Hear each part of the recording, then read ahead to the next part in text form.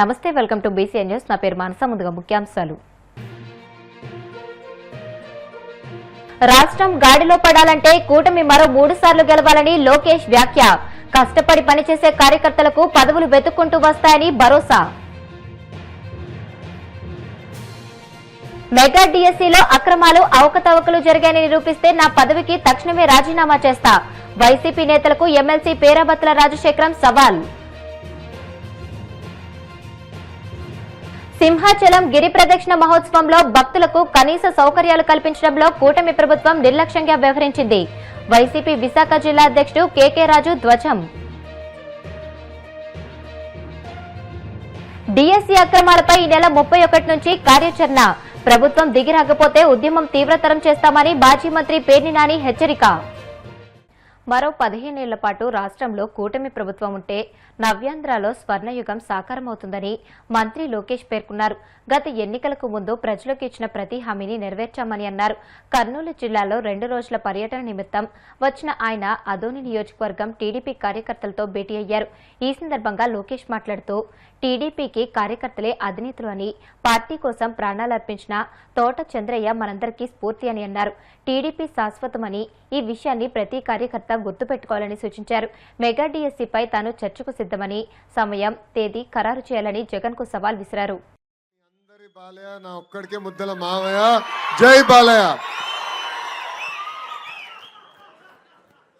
మొరటు ప్రేమ అంటే రాయలసీమ దగ్గర తెలుసుకోవాలి.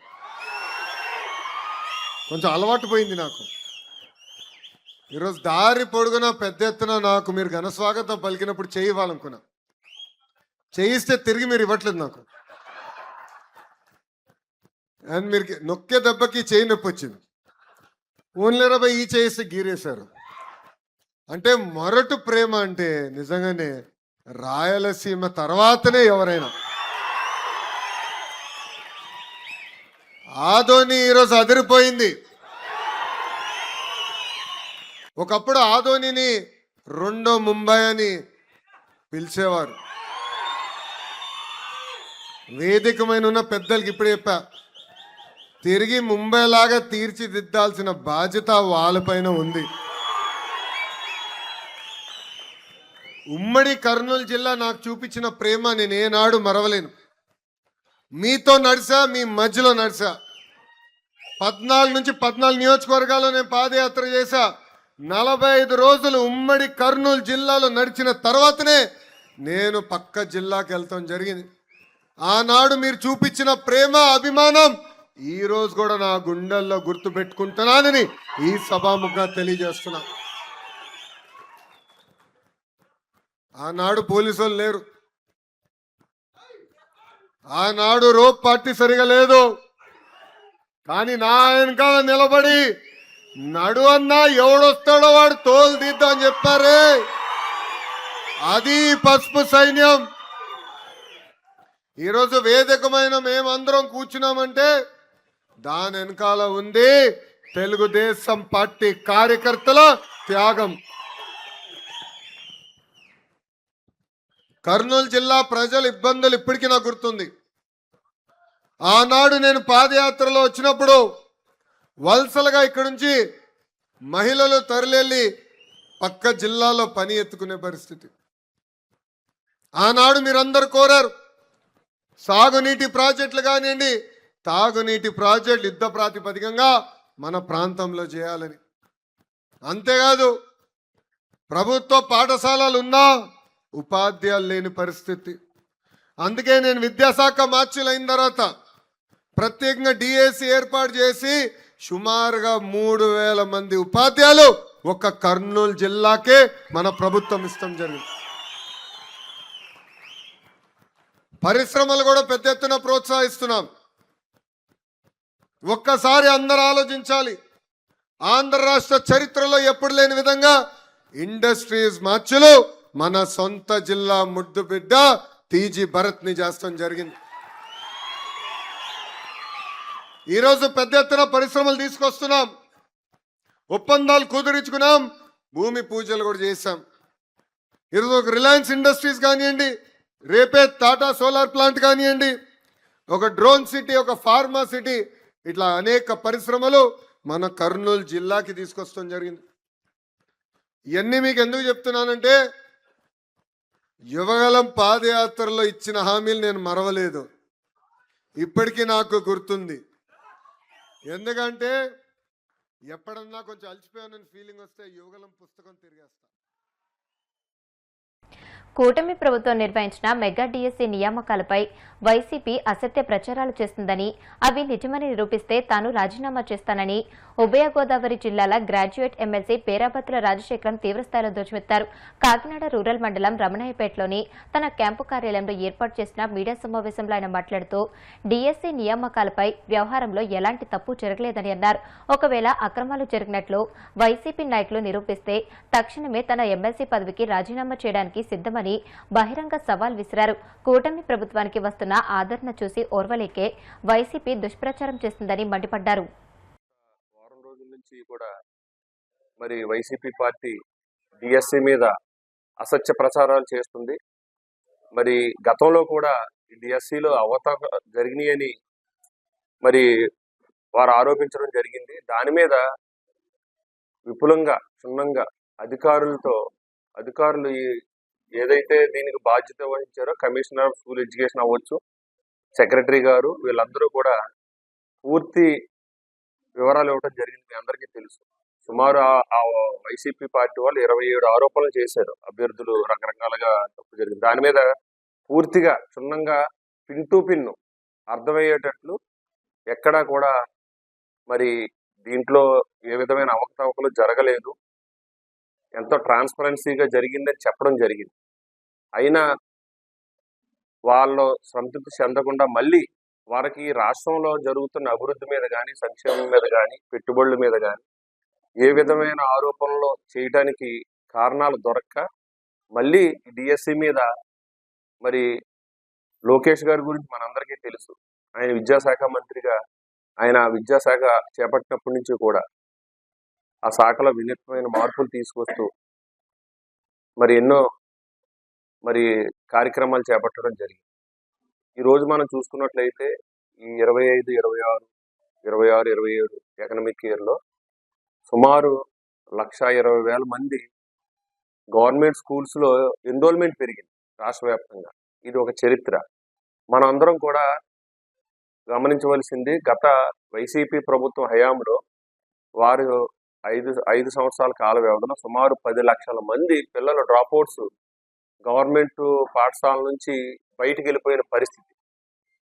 అలాంటి పరిస్థితుల నుంచి మళ్ళీ ఈయన స్కూల్స్ని బలోపేతం చేస్తూ విద్యా వ్యవస్థలో అనేకమైన మార్పులు తీసుకొచ్చి మళ్ళీ ప్రైవేట్ స్కూల్స్ నుంచి గవర్నమెంట్ స్కూల్స్లోకి సుమారు 1,20,000 నుంచి 1,30,000 మంది ఈరోజు రాష్ట్ర వ్యాప్తంగా కొత్త ఎన్రోల్మెంట్ జరిగిందంటే మనందరం కూడా ఆ శాఖ మీద మరి బాధ్యత ఈ కూటమి ప్రభుత్వానికి ఎంత బాధ్యతగా ఉందనేది మనందరం గమనించాలి. ఈ అన్నిటి మీద కూడా మరి వైసీపీ పార్టీ ఏ విధమైన మరి ఆరోపణలు చేయడానికి ఆస్కారం లేక మళ్ళీ డిఎస్సి మీద కొత్తగా యువతలో ఒక విధమైన అన్రెస్ట్ క్రియేట్ చేయడానికి, ప్రజలను తప్పుదోవ పట్టించడానికి, సమాజంలో అలజడి సృష్టించడానికి ఈ విధమైన ఎత్తుగడలు వేయటం చాలా దురదృష్టకరం. మరి ప్రభుత్వంలో ఉన్న వ్యక్తులుగా మా బాధ్యత కూడా జరిగినది చెప్పవలసిన బాధ్యత మనందరి మీద ఉంది. ఎందుకంటే మనకి అంబేద్కర్ గారు కూడా చెప్పారు.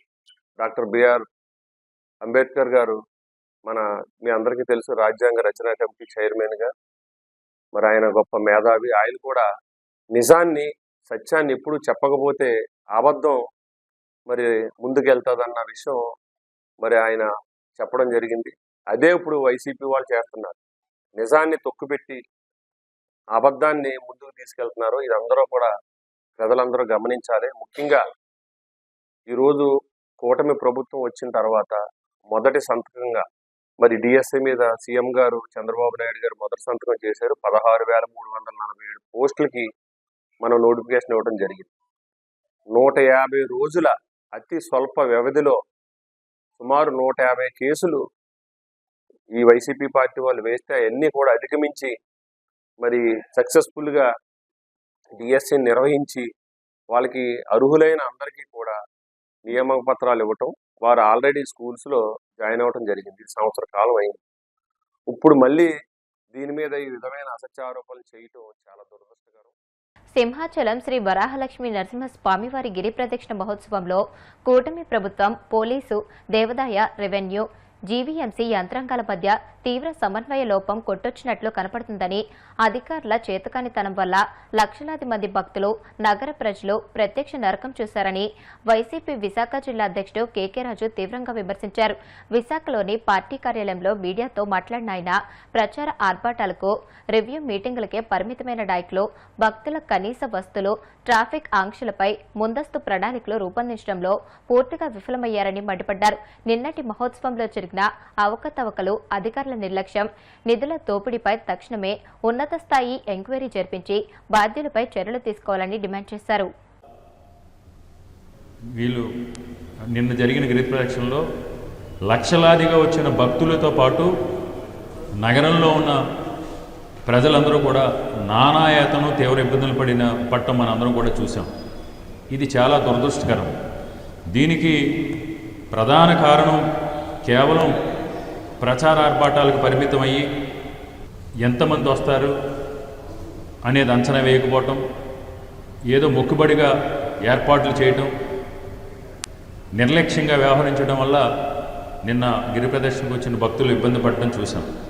ముఖ్యంగా భక్తుల సౌకర్యం కోసం ఉండాల్సిన ఏర్పాట్లు వారికి ఇబ్బందికరంగా మారటం అత్యంత విచారకరమైన విషయం. వీళ్ళు చేసే ఏర్పాట్లు భక్తులకు సౌకర్యంగా ఉండాల్సింది పోయి వాళ్ళు చేసిన ఏర్పాట్ల వల్లే నిన్న సుదీర్ఘ ప్రాంతాల నుంచి వచ్చిన లక్షలాది మంది భక్తులందరూ కూడా మనం ఇబ్బంది పడటం చూసాం. ఇలాంటి పవిత్రమైన కార్యక్రమాల్లో ప్రతి సంవత్సరం కూడా, ఇదేమి కొత్త కాదు, వరాహలక్ష్మీ నరసింహవారి స్వామివారి గిరి ప్రదక్షిణ అనేది కొత్త ఏమీ కాదు. మొదటి సంవత్సరం కూడా జరుగుతుంది కాదు, వందలాది సంవత్సరాలుగా జరుగుతూ ఉంది.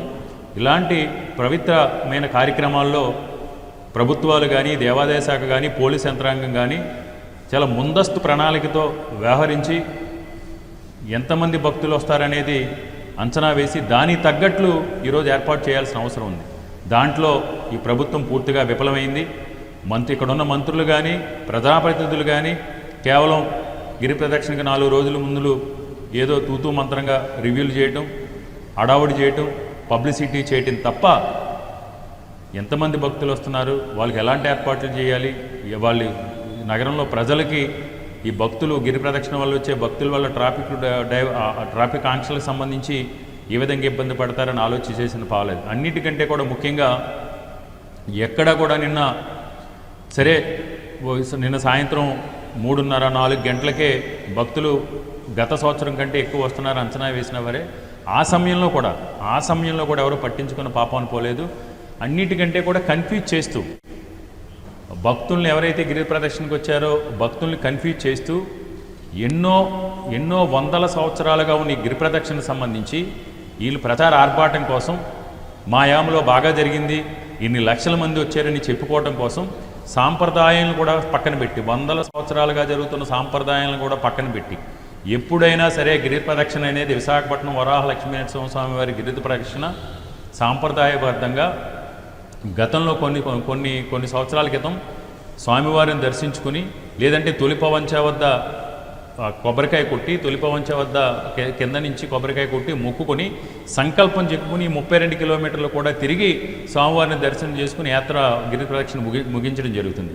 కానీ నిన్న హోంమంత్రి గారు కానీ, లేకపోతే టీడీపీ పార్టీ రాష్ట్ర అధ్యక్షులు కానీ, స్థానిక ప్రజాప్రతినిధులు కానీ మొన్న ఒక ప్రెస్ మీట్ పెట్టి తొలిపవంచ వద్దే గిరి ప్రదక్షిణ ప్రారంభించాల్సిన అవసరం లేదు, మేము 6 చోట్ల తొలిపవంచ, అసలు తొలిపవంచ అంటే ఏంటి, దాని యొక్క పవిత్ర ఏంటి, దాని యొక్క విశిష్టత ఏంటి, తొలిపవంచ దగ్గర గిరి ప్రదక్షిణ మొదలు పెట్టడం వల్ల భక్తుల్లో ఉన్న విశ్వాసాలు ఏంటి, భక్తుల్లో ఉన్న నమ్మకాలు ఏంటి, ఇవేమీ కూడా పట్టించుకోకుండా పండితులు చెప్పారు 6 చోట్ల తొలిపవంచాలు ఏర్పాటు చేయొచ్చు, అక్కడి నుంచి ప్రదక్షిణ చేయొచ్చని కన్ఫ్యూజ్ చేయడంతో పాటు వీళ్ళు ఆ పవిత్రతను కూడా దెబ్బతీయడం జరిగింది. నేను ఒకటే ప్రశ్నిస్తున్నాను, ఈరోజు సీనియర్ నాయకులైనటువంటి దేవాదాయ ధర్మశాఖ మంత్రి గారు ఏమైనా మౌనవ్రతం కానీ తీసుకున్నారా పౌర్ణమితో? గతంలో విశాఖపట్నానికి సంబంధించి వరాహలక్ష్మీ నరసింహస్వామి సందనోత్సవంలో జరిగినప్పుడు కూడా దేవాదాయ ధర్మాశాఖ మంత్రి వర్యులు సరిగ్గా స్పందించరు.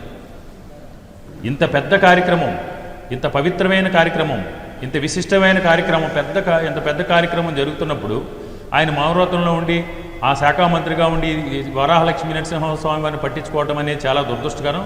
అదేవిధంగా చైర్మన్ గారు కావచ్చు, లేకపోతే ట్రస్ట్ సభ్యులు కావచ్చు, మీరేం చేస్తున్నారు? ఎప్పుడైనా ఒక టెంపుల్కి సంబంధించి మీరు ఆచారాలను ఏదైనా మార్చితే దానికి ఏ ధర్మం ప్రకారం, ఏ శాస్త్రం ప్రకారం, ఏ సనాతన ధర్మం ప్రకారం మీరు చేస్తున్నారనేది చెప్పాల్సింది ఎవరు? పండితులు చెప్పాలి.